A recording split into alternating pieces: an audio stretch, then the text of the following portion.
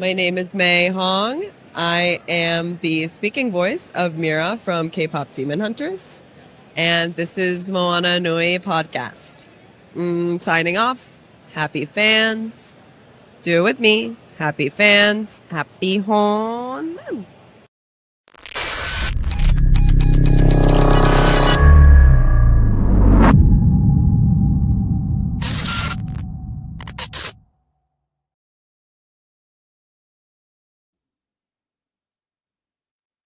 You're muted. You're muted. Good evening, everyone, and welcome to another edition of Moana Nui presents THIStory, Hidden History. And since this is the last day of Women's History Month, we decided that we wanted to jump on the trend that is going around the internet, women in men-dominated fields. Now, because I am me, and because this felt a little cathartic just to even do the research, the male-dominated field that we decided to talk about is serial killers. Because why not? Women, y'all ain't out here murdering like y'all used to. And I want to remind you of your previous greatness. Now, because we are talking about female serial killers, James has decided he don't want no part to this. So you will hear his voice, but you probably won't see him on screen. He is the ominous black hole next to me. If he in his mind, he's doing his version of Mariah Carey's I don't know her. Not with her. So to some extent. So the reason I wanted to do this is, one, we need to bring back the old ways. Two, there's going to be a through line that you will hear as I talk about these many different women. And three, I thought it was funny. But even as I was looking up and researching female serial killers, it still tended to lean heavily European. Always. Leave that there. Apparently white privilege works in murder too. But also when you talk about the Eurocentric bent to the internet, I just Googled female serial killers through history, and I got all white women. So I had to say black female serial killers, and the Google AI was like, so I don't know if we got any information on that, because we don't really seem to be talking about that. I maybe could get you one. I had one in a possible, right? For black female serial killers, but I did get one. And we're going to end with her instead of starting with her. And so, Miles, since you are in charge of the pictures, pull up whichever picture you have first, and we'll talk about her, as long as it's not Clementine. As long as it's not Clementine. Okay. Mm-hmm. Okay. Yeah, that's gotcha. Yeah. So we'll start from after Clementine. Who's next? Yeah, let me make sure I have that set up properly so I don't show her. And there we go. Okay. Yes. Wonderful. So the group of ladies that you see on screen right here, these are called the Angel Makers of Nagyarev. Okay. Angel Makers of Nagyarev. They are Hungarian. And this was a group of 26 women and 2 men. Got to have that little bit in here. 26 women and 2 men from the different villages around Hungary at the time. They were doing their murder spree between 1911 and 1929. They were suspected of poisoning about 45 to 50 people, but it could be as much as 300. We don't know, because you got to think about it. In the early 1900s, you could die from a bad cheeseburger. So some of it is like, there were 6 death sentences doled out to these 26 people. 8 of them sentenced to life. Only 3 women were executed. The rest of them got either prison sentences or, walk free. It just depends. So what happened? Well, the city is called Nagyarev, hence the collective name of, the Angel Makers of Nagyarev. So think about this. Their crime was, there was the first one is, we'll call her Susanna Fazekas. She was a middle-aged midwife, and she got to Nagyarev in like 1911. Her husband was already missing. with no explanation. Hmm. We don't know what happened to him, right? And so you can take the picture down now. We can just keep talking about them, right? Okay. So you can see my face. So she was, her husband was missing. She got there. In that time, the future husband of a teenage bride was selected by her family, and she was forced. There was arranged marriages. Divorce was not allowed, even if the husband was beating you, if he was cheating on you, it didn't matter. You stuck, right? World War I, a lot of able-bodied men were sent to fight for Austria-Hungary, and Nagirev was a holding pen for Allied prisoners of war. So the women that were living there often had one or more foreign lovers while their husbands were away. Remember, I told you it's going to be a through line on some of this. When the men returned, despite their wives' affairs, they decided to go back to their previous way of life, creating a volatile situation. Now, while all this is going on, Miss Susanna Fazekas began secretly persuading the women in the area who wished to escape their husbands to poison their husbands using fly paper and boiling it. If you boil fly paper and you skim off the residue off the top of the water, that is arsenic. I'm just stating science. I'm not giving you. I don't even know where to get fly paper. So, you know. Another thing about this woman, she was imprisoned 10 times for performing illegal abortions before she was acquitted by the judges. This is before she got to before 1911. Oh my gosh. Yeah. So yeah, she about their life. Now she had an affair. Her husband's already missing. So she's convincing all the other women to do what she did. Let your husband go missing. Feed him some arsenic, right? First poisoning, 1911. Wasn't even her that did it. She just mentioned to somebody else did it. Other husbands, children, family members, all of them just mysteriously over and over again. The poisons became a fad. No. Not murder trending in the neighborhood. It earned Nagirev the nickname Murder District. You know how we got Murder Kroger here in Atlanta? Yeah. But a whole neighborhood. And it's not guns, it's arsenic. Right. But she was the closest thing that the village had to a doctor. So people was poisoning somebody and then bringing her. She's like, I can't help them. Tell you. So we're not sure exactly how she got caught, but the general story is that somebody pointed a finger at another woman who pointed a finger at another woman who turned her in. You know, no solidarity. This is why we can't be in community with them right now. No solidarity. Y'all supposed to hold it down, ride or die, but they didn't. So of course they only did half of that. They only did half of it. So this ultimately led to dozens of exhumed corpses because when your husband go missing, he can't just be dead in the living room. So they buried him and they said, I don't know what happened to him. Maybe he went off to war. I don't know. You know, total count 28 suspects, 162 murders. What? That's a lot. 12 trials held between 1929 and 1931.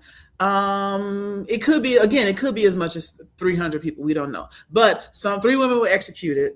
6 more were in prison for life. And then 8 more in prison for life. And then another 3 were sentenced to death, but it was never carried out. So, yeah. Diabolical. Right? Talk about the party was killer.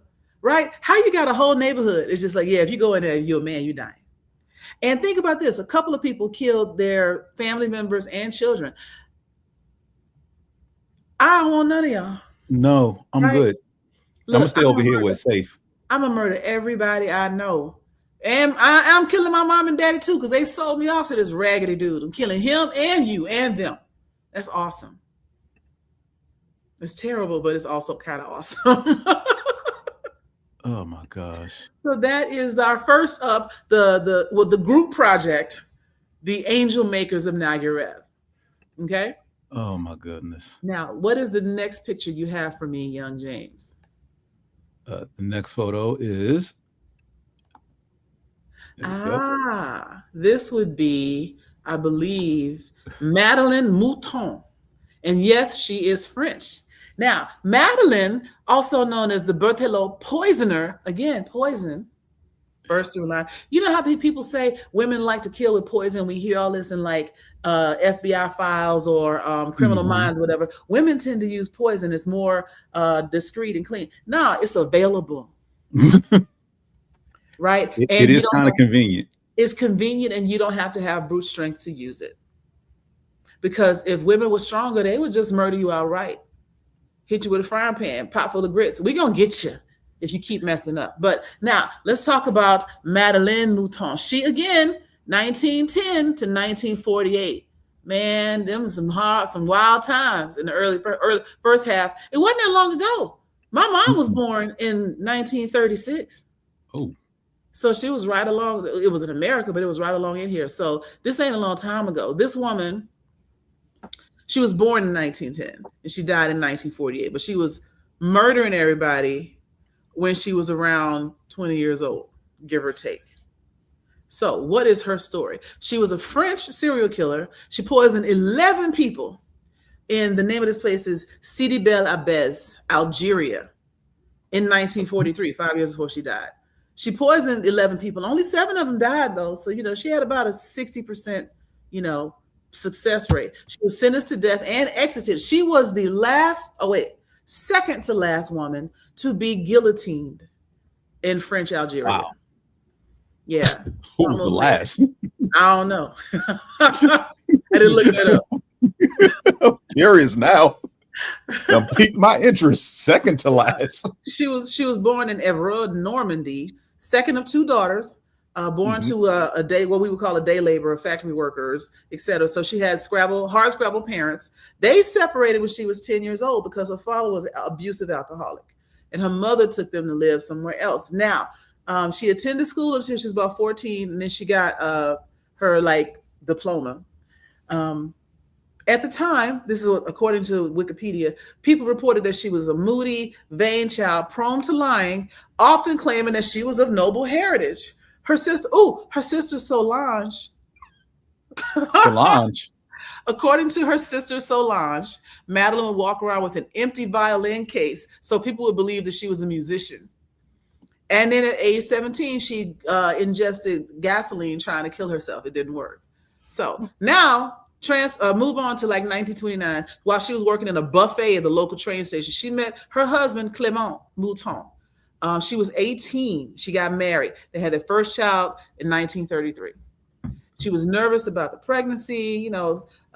Clement joined the army.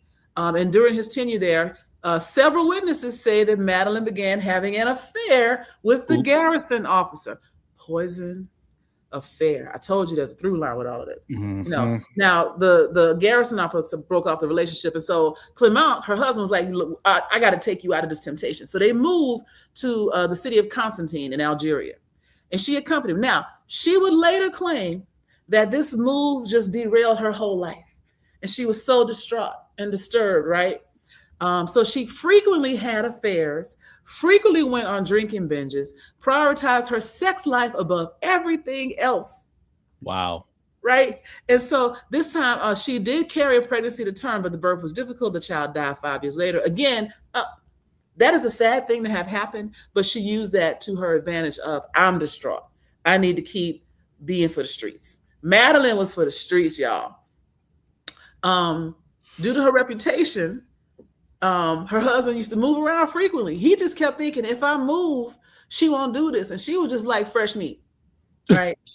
Everywhere you go, she's fresh out, right? He's unknowingly aiding and abetting. He is aiding and abetting because all she's doing is, you talk about community coochie.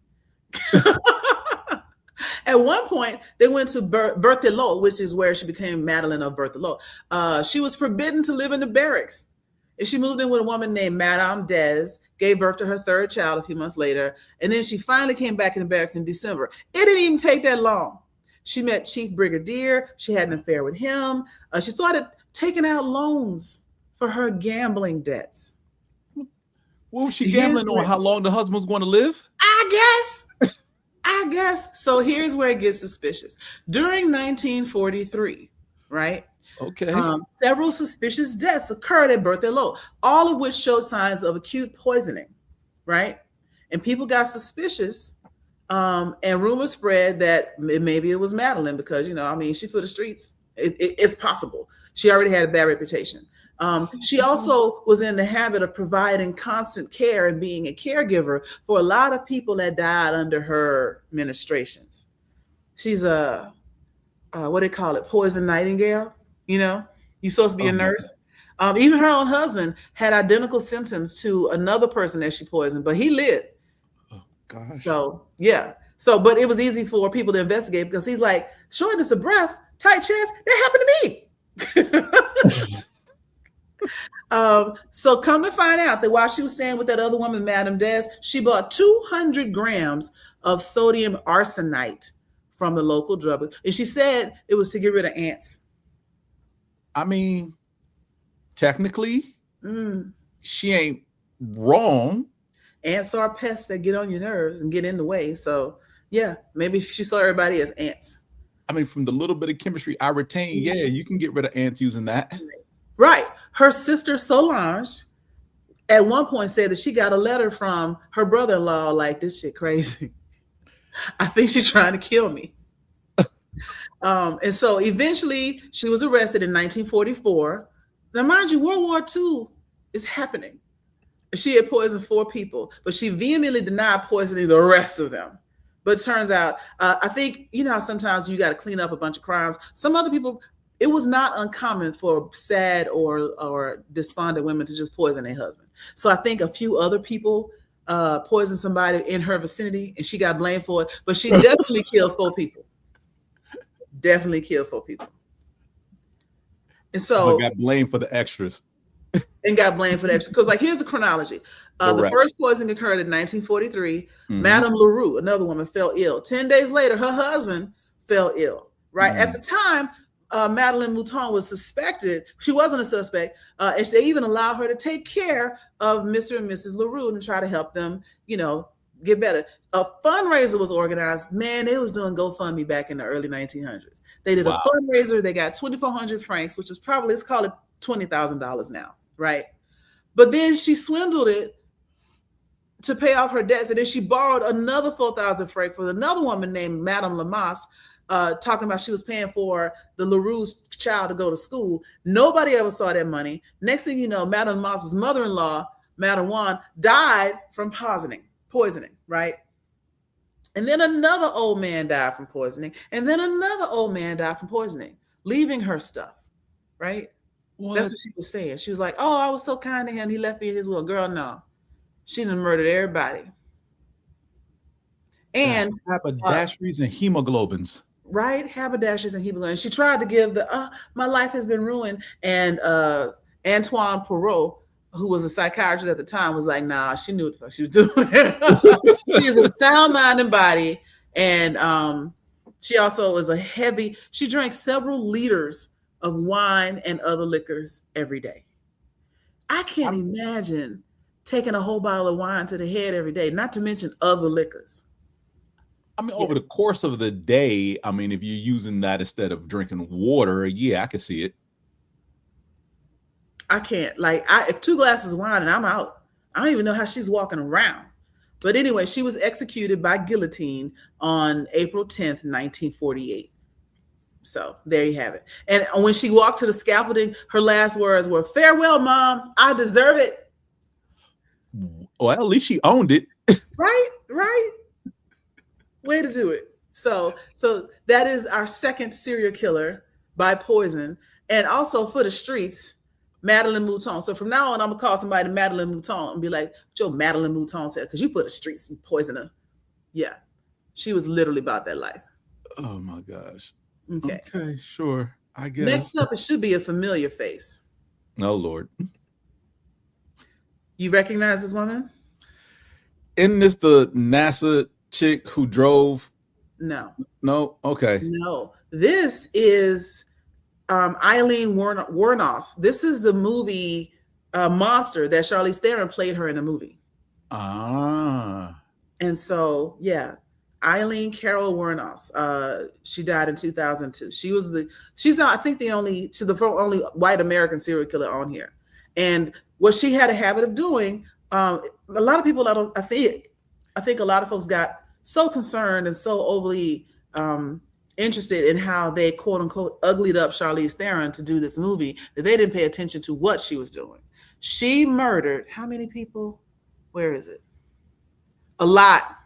Mm-hmm. She murdered a lot of people. because she was engaging in street prostitution. So what she would do is in Florida. So if there's a Florida man, this was definitely Florida woman. So between 1989 and 1990, 1 year, right?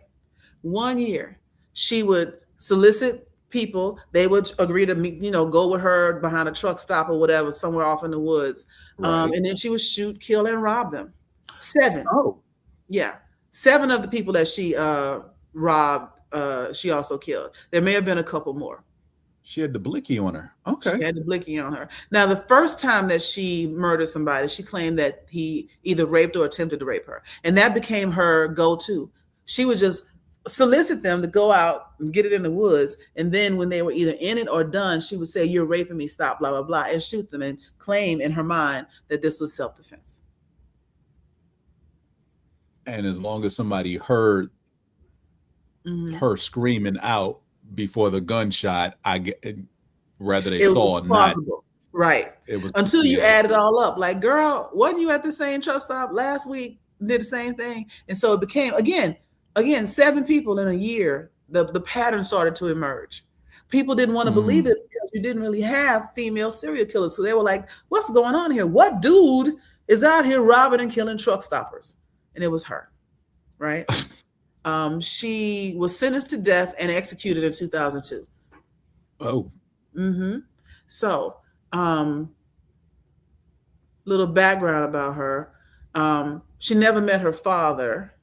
Leo Pittman, I believe, was her father. She never met him, but he was sentenced to life in prison for kidnapping and raping a 7-year-old girl. So he was a pedophile, etc. And I believe that her father was diagnosed with schizophrenia. He hung himself in prison, and there is this wonder about whether the trauma of her young life led to her being that way.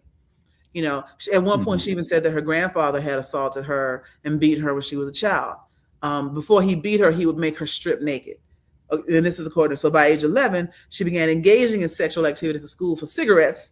So she was in the trade for a long time. And you sometimes will see that with abused children, is that in order for your brain to save you, it makes it okay. This is just the way of life. This is just how things are done.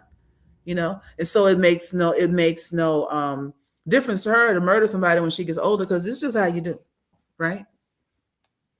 Yeah. So Eileen Warren, good old country whoopings. Yes. So she's probably the most famous person on this, at least the only one I know on this list. At least the only one I know that a movie was made from her. Right. Right. Next because of recency. Yeah, because it was pretty recent. This was current history, not ancient history. Right. And next up, I think we have Anna Marie Hahn. Yes. Anna Marie Hahn.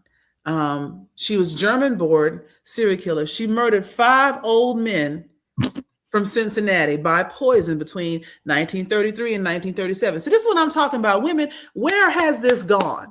Y'all just don't be out here with the arsenic like y'all used to. Man, I mean, I can wager a guess, and it might be coming back soon. It's called divorce. True. Because they couldn't then. You can so now.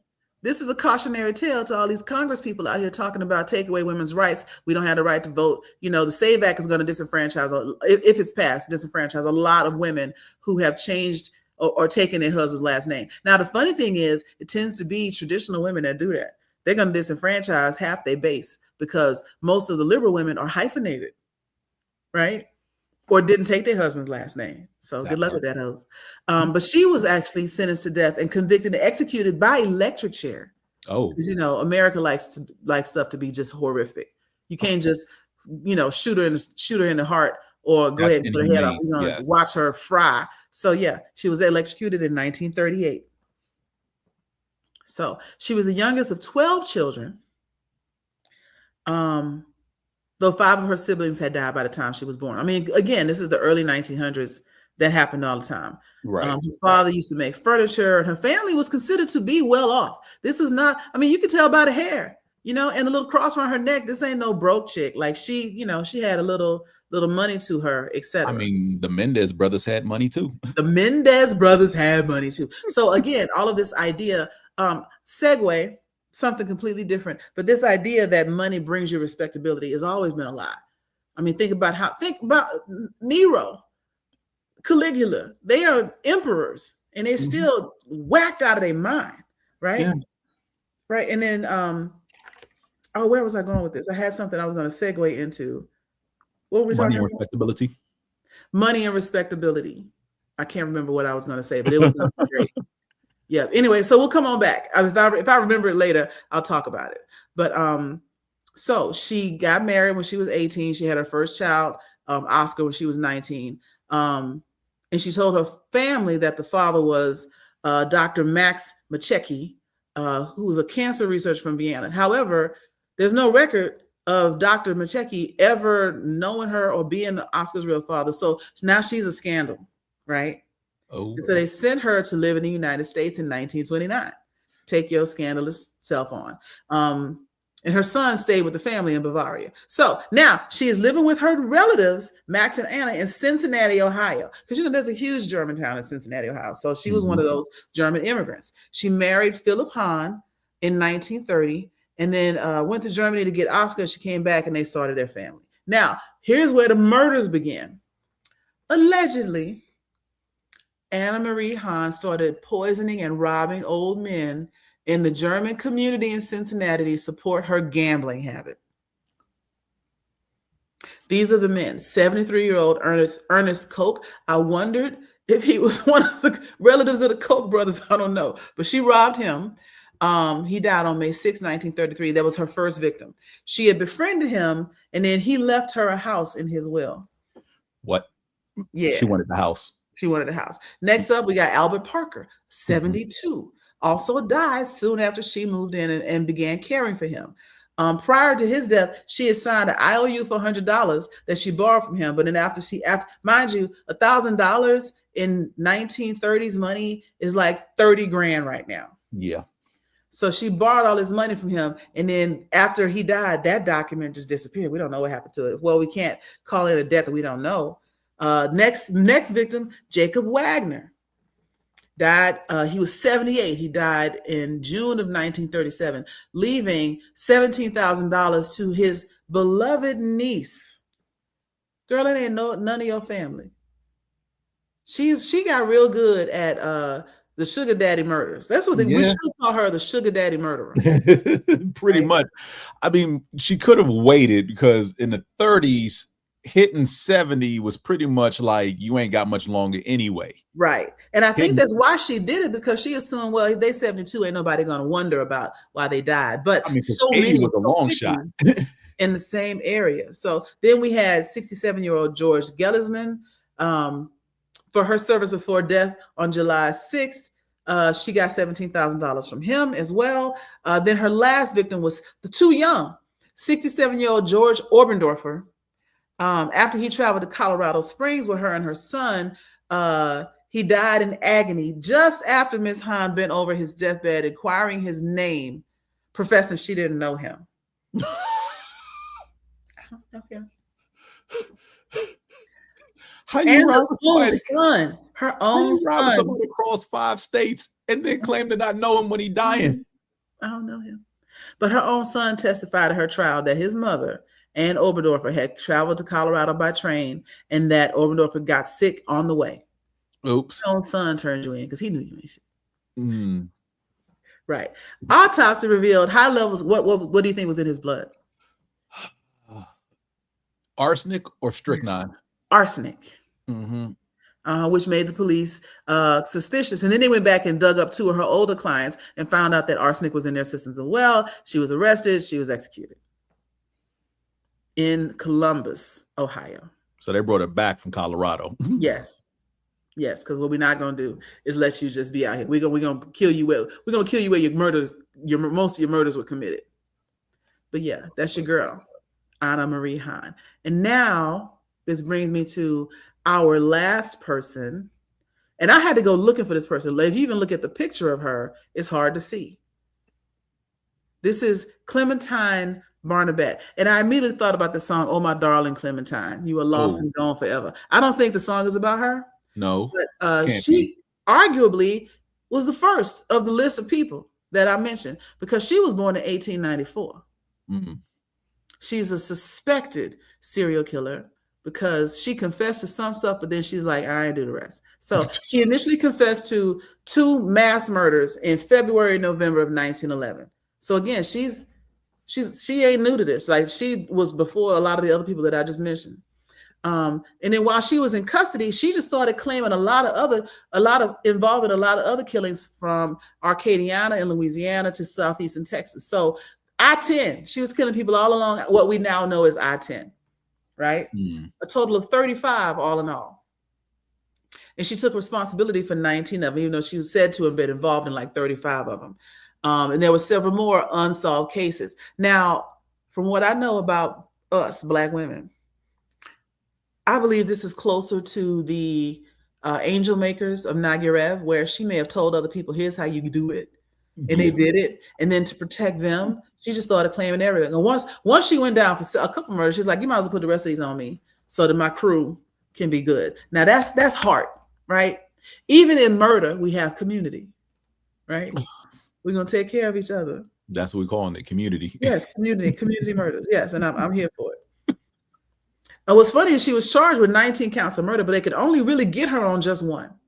And then she was released from custody in 1923. Subsequent activities and whereabouts unknown. She's the only one of the people I have on this list that got away. Black girl magic. That's not how it works. I feel like it is.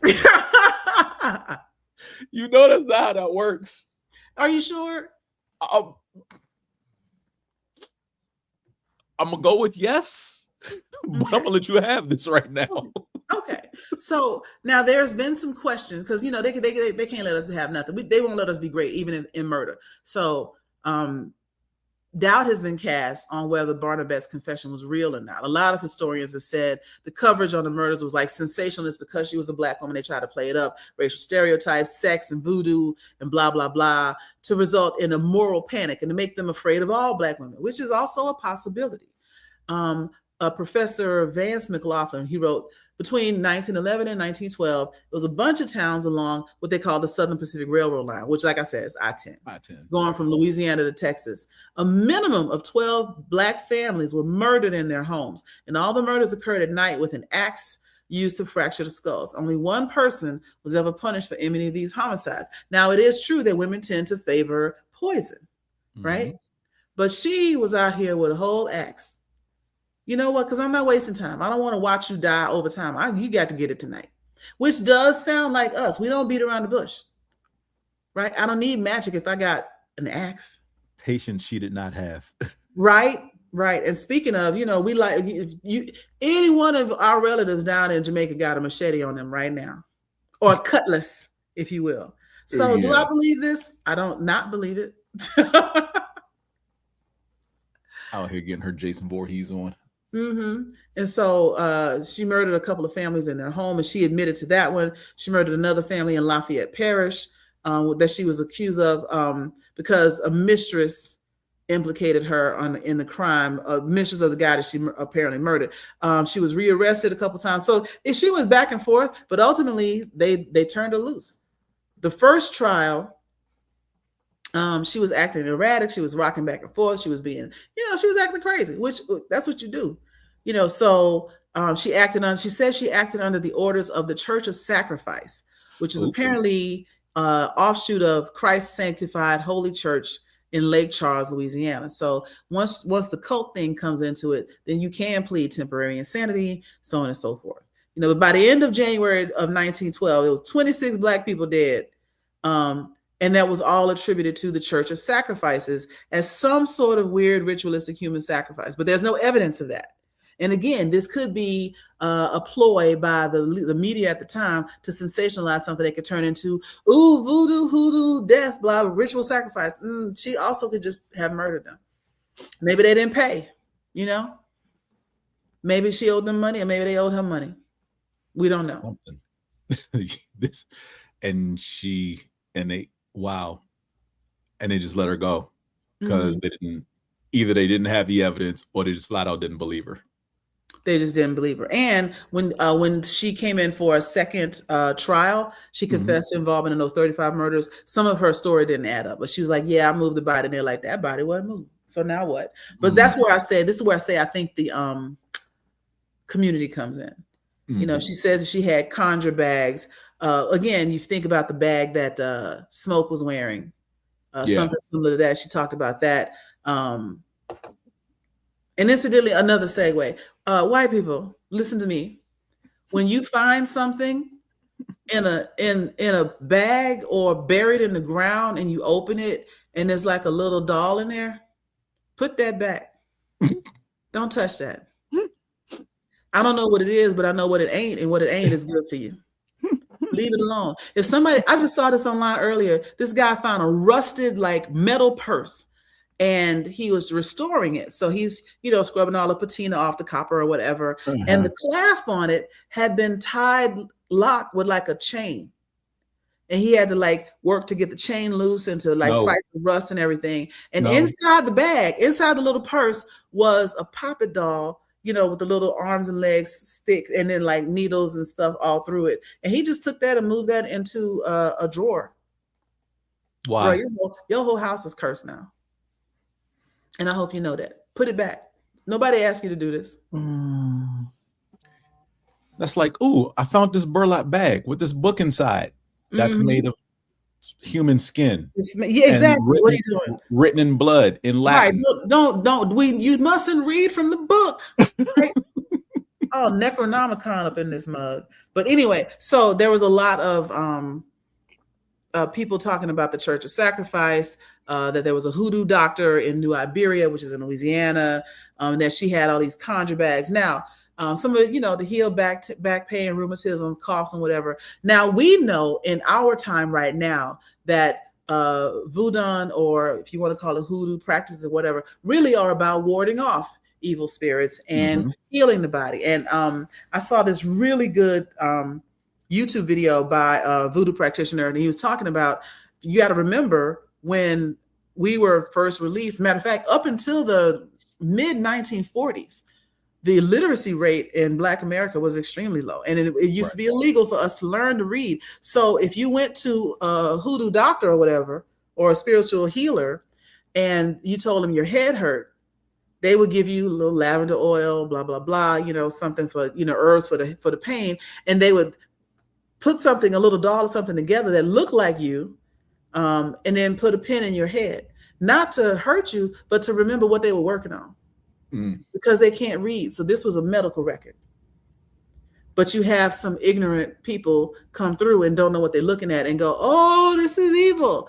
No, but when you got people speaking different languages, broken English at best, and needing to keep a precise record, I'm going to make a little doll. Next time you come in here, wear them same clothes so I know this is you. And then you come back in. Does your head still hurt? No. Okay, take the pen out, go about your way. The head still hurt? Yes. Okay, leave the pen in. We're still working on that. You are in progress, right? I thought that was fascinating because we always think about the little voodoo dolls that get stabbed or whatever. Now, poppets is some white girl witchery, and that's a different thing. And I don't play with none of it. But all I know is if I found a purse in the bottom of a lake that had been locked and rusted shut, it's going to be at the bottom of the lake.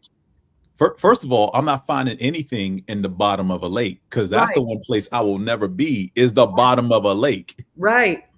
Because why are you in here? What do you want? I don't want nothing that bad to go into the bottom of a lake, ever. But so yeah, that's the last person that we have on the list. But just a little bit more about Clementine here. So trial started in 1912. We had a bunch of physicians said she was sane, even though she was morally depraved, unusually ignorant, and of a low mentality, but not deficient to call her an idiot or an imbecile, which were honestly medical terms in the 1912s. Her attorney, John L. Kennedy, called his client's confessions unreliable because of her abusive childhood. He put up a good defense for her, which I appreciate, but ultimately she ended up being convicted of the murder of Ozima Randall and sentenced to life in Louisiana State Penitentiary. She escaped jail for about a few hours in July of 1913, the next year. Then she got caught. But she was good when she was in jail. Like, you know, she was working in sugarcane fields. You know, the idea of for-profit prisons has always been there. Yes. She was listed in the 1920 census as being in jail, and she was 25 at that time. Now, 1923, poof. She was released from prison after an unspecified surgical operation was believed to have cured her of her insanity. And then we never seen her forever again. She was turned loose so soon because the authorities didn't believe her story either. And nobody knew where she went after that. She just in the wind like Kaiser Soze. So they gave her a frontal lobotomy, most likely, with a spike up through the nose to tap the brain. Well, it actually does say here it was not a lobotomy. Because it wasn't done in the States until 10 years later. So now it doesn't mean it couldn't have been. It could have been an experimental surgery and not published. And, you know, they like to experiment on us all the time. So it very well could have been a lobotomy with that time frame. You're right. You're right about that. But yeah, so maybe she killed 35 people. Maybe she didn't. We don't know. But she goes down in history as a serial killer. And hats off to you for living your life outside the prison system after 1923. We don't know what happened to you. Oh my gosh. So there's no record of her death, which, I mean, at this point, we can presume that she has passed on. When? Because we have no idea. 100 years. Right. Matter of fact, it says she was born somewhere in 1894 in St. Martin Parish in Louisiana. And she died sometime after 1923. That's all they know. She could have lived her best life, very likely somewhere along I-10, Houston, St. Charles, Lake Charles, Baton Rouge, true, New Orleans, who knows? But you know, I just wanted to make sure that we had at least one representative person when we talk about women in male-dominated spaces. I knew it was a Black woman serial killer out there somewhere, even if her story was a little hokey. We wanted representation because you know what? It's got to be fair. I'm just saying. It's got to be fair. Okay. It's got to be fair. And there actually, when I looked up, I just Googled Black serial killers throughout history. There were others from other countries. I just didn't have time to go through all of them. So I picked the ones that I thought sounded most interesting. But again, a lot of the things that these women were doing, I think they were pushed to murder because they had nowhere else. They had no other outlet. Now, Clementine, maybe she was just murder killing people because, you know, ritual sacrifice for church, whatever. But everybody else, affairs, money problems, abusive husband, sex worker, etc. Sex, drugs, and money is what it was all about, right? Okay, and so go ahead. I get abusive husband. Never going to balk against that. But if you actively having an affair and you killing your side pieces, I don't know if that's you being forced to do something. You willingly. She was killing them for the money, though. Exactly, but where was the coercion or like I have no other choice? She didn't feel like she had a choice, you know. Or it was easy. I don't know. Even with poison. The latter, it was definitely easy. It was definitely easy. Yeah. So the phrase "the merry widow," that's where it comes from. This is how frequent that was in the 17 and 1800s. Is that women would get married off to some disgusting old man, and then just kill him. Because it's not just strychnine or arsenic. You had wolfsbane, you had belladonna. There's a lot of ways to murder somebody, or you could just suffocate them at night. That part. Two quick things, because you just said that suffocating at night. One is, for whatever reason, last week kept seeing a bunch of reels pop up where the woman is watching her partner, husband, boyfriend, whatever, sleep, and all of them ended with her cold cocking him in the face and then pretending to be asleep. And above it says, "Admit it, you've always wanted to do this." Yes. And another one was just them holding the pillow and contemplating, like, how long will it take before he stops breathing? Hey, look, sometimes you feel sometimes when your back is against the wall, you feel pushed into something, and it may not have been the best decision at the time, but it's the decision that you made. And all these women either lived or died with the decision. But hats off to Clementine for living her life after that, and being out there somewhere in the world.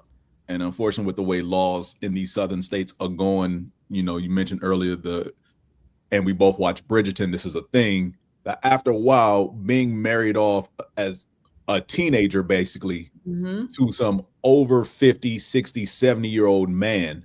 Right.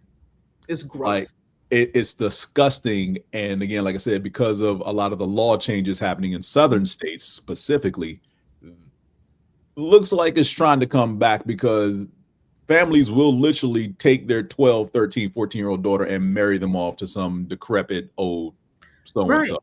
For the money, for the dowry or whatever. Matter of fact, think about not Game of Thrones, but the House of Dragons or House of the Dragon. The main character's best friend ended up marrying to her dad. And mind you, his whole face was falling off. She wasn't really trying to hit that, but that was what when they say wifely duty, that is the wifely duty. To have sex with your husband. That's why it was so hard to get rape of a spouse ratified as a crime in every state. I think the last state to ratify was either North or South Carolina in 1991. I was graduating from high school when that happened.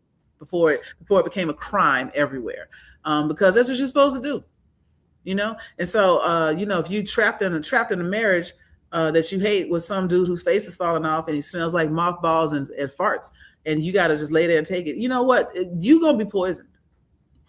I would poison you too. Your food will start tasting funny for the next several months. Look, if I'm a good enough cook, you won't even taste it. You won't even taste it. That is fair. Be like, baby, I love your carrot soup. Do you? Have some more. I made it for you because I love you. And there he goes. All right, party time. So, yeah. So I just like the fact that women can excel in male-dominated fields, even if it's murder. Don't ever think we can't. Anything a man can do, a woman can do, and she can do it in a corset with heels on. Not a corset and heels. Yes. All the things. So that is everything I had for the evening. I just thought this would be really interesting to talk about. When we talk about women's empowerment, again, remember, for all the people out here trying to take away women's rights, we will murder you.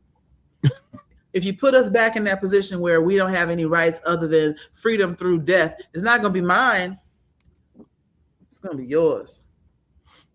Talking about, the marriage rates have gone up. Yeah, so have the widow rates. Yeah, marriage rates have gone up, but the divorce rate, let us allow us to be divorced, right? Because that's saving your life, not mine. It ain't hard to do.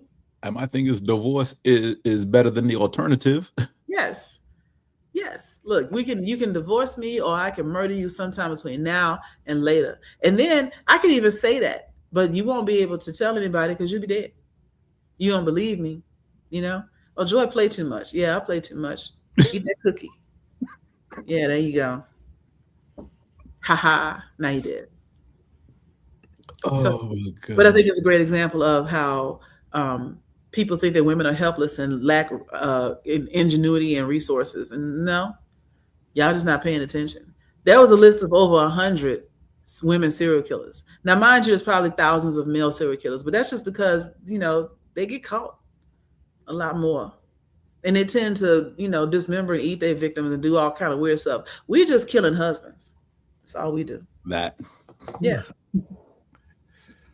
So be careful what you wish for. You want to be somebody, you want to have some woman be docile in your house and do a cooking and cleaning and have sex with you. And hire a maid. Hire a maid. And then hire a prostitute. That way you have all your needs met.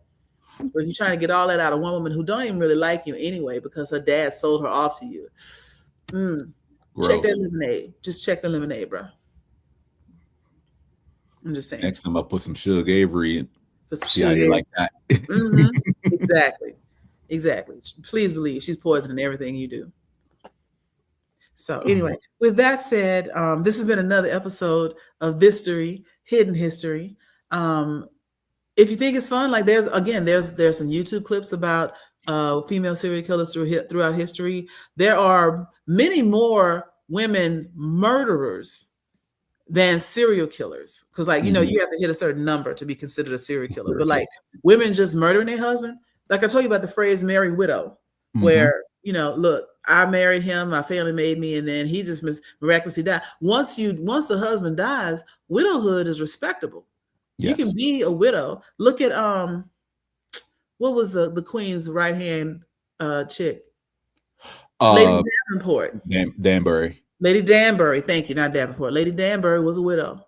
She had to get married again. Lady Danbury was living her best life. Single with her little hat cocked, ace deuce and her cane out smoking a cigar. Lady Danbury was that chick. And that was the life that you wanted if you could get it. But you had to go through some stuff to get there, you know? So yeah. So thank you all for tuning in tonight. Today's show is going to be just a little short. We just made it to we're probably just right at an hour. And I want to thank everybody for watching. I hope you found this entertaining. I'd encourage you to go look up some of the other stories around like female murderers, because it's just interesting what they do and how they either get away with it or don't. You know, we didn't even talk about Elizabeth of Bath, who was always associated with vampirism because she murdered children. Like she was, I didn't even want to talk about her. Nah, that's too morbid. Yeah, Bathory, I think. But yeah, we're not talking about her. And we will see you again next month for another episode of THIStory Hidden History. Thank you, everybody. Good night. Good night.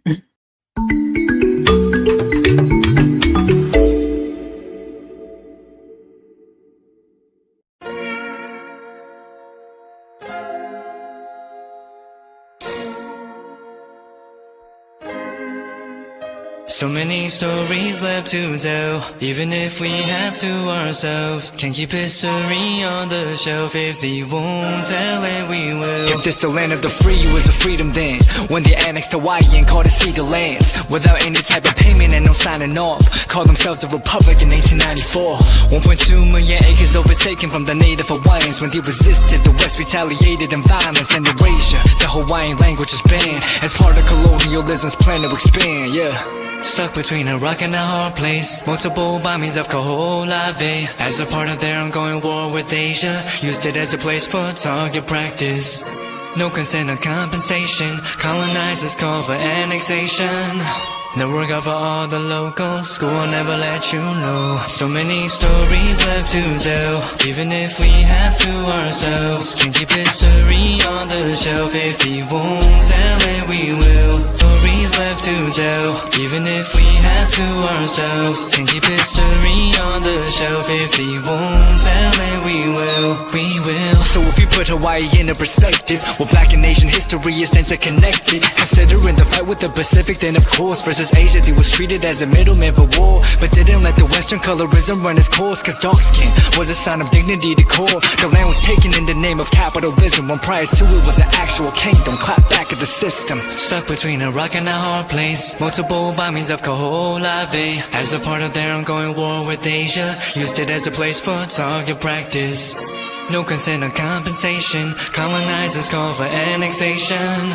Never cover all the locals. School will never let you know. So many stories left to tell, even if we have to ourselves. Can't keep history on the shelf. If they won't tell it, we will. Too many stories left to tell, even if we have to ourselves. Can't keep history on the shelf. If they won't tell it, we will. So many stories left to tell, even if we have to ourselves. Can't keep history on the shelf. If they won't tell it, we will. Too many stories left to tell, even if we have to ourselves. Can't keep history on the shelf. If they won't tell it,